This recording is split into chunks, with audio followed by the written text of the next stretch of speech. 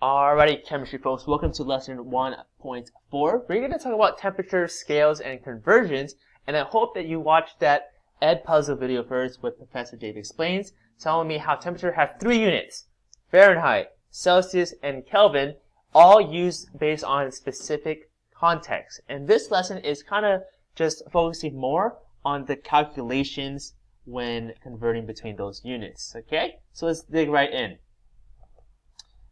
Alright, so there are 3 scales of temperature, and I want you to write these down in your notes because you will continuously refer to them as you're doing your practice problems. So, check it out.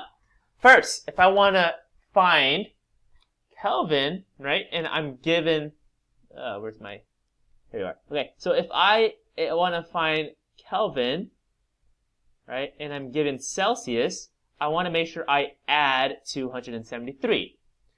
But the other way around, if I want to find Celsius and Kelvin is given to me, I'm going to subtract 273 from Kelvin. So think about Kelvin. Kelvin's the bigger guy. He's usually a lot bigger than Celsius, so you would often subtract 273. And if you want Celsius to meet up to Kelvin, right? Think about adding. Kelvin's the big guy, right? Think of it as if you knew a guy named Kevin, right? Think of him like Kelvin, and maybe Kelvin was a big dude. I don't know.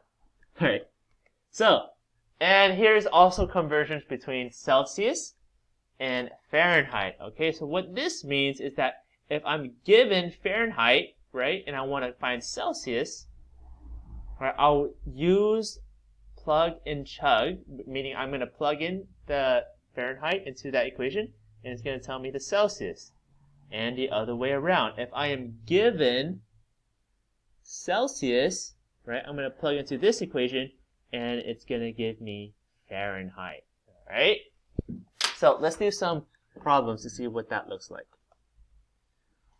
Alright, numero uno. What is 100 degrees Celsius in Kelvin? So I'm going to look back at those 4 different types of conversions, and I'm going to make sure I find the one that is equals to Kelvin. Alright? So since I'm starting off with Celsius, I'm going to use the equation degrees Celsius plus 273. Alright? So make sure you write down those 4 equations so you can know what equations to use.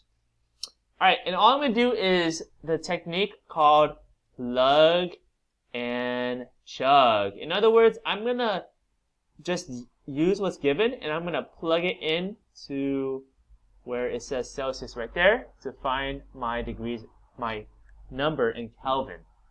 So, you get K equals to, plug in that 100 degrees Celsius into where this C is, and I'm going to add 273, and that will give me the value of 373 Kelvin.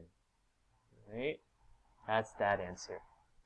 Alright, now let's convert it the other way around. 200 degrees Kelvin to Celsius. So now I want to find the formula that has it equal to Celsius given Kelvin. So that will be K minus 273.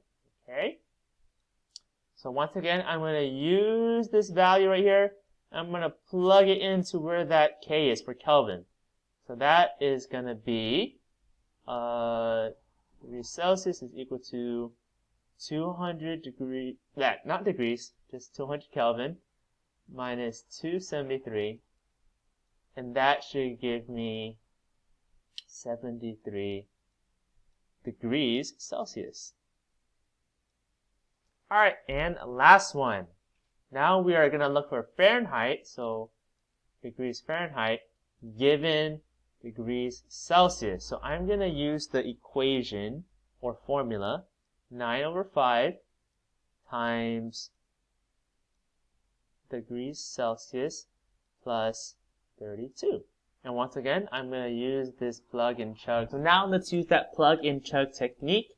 If I'm trying to find Fahrenheit, I'm going to multiply 9 over 5 times, plug that 35 into where degrees Celsius is, so 35 degrees Celsius plus 32. Alright, so quick review when multiplying fractions. Hopefully you guys know this, but I'll tell you just in case. Alright, so if I have a whole number multiplied by a fraction, I want to make sure I multiply the numerator times the whole number. So this is going to be multiply.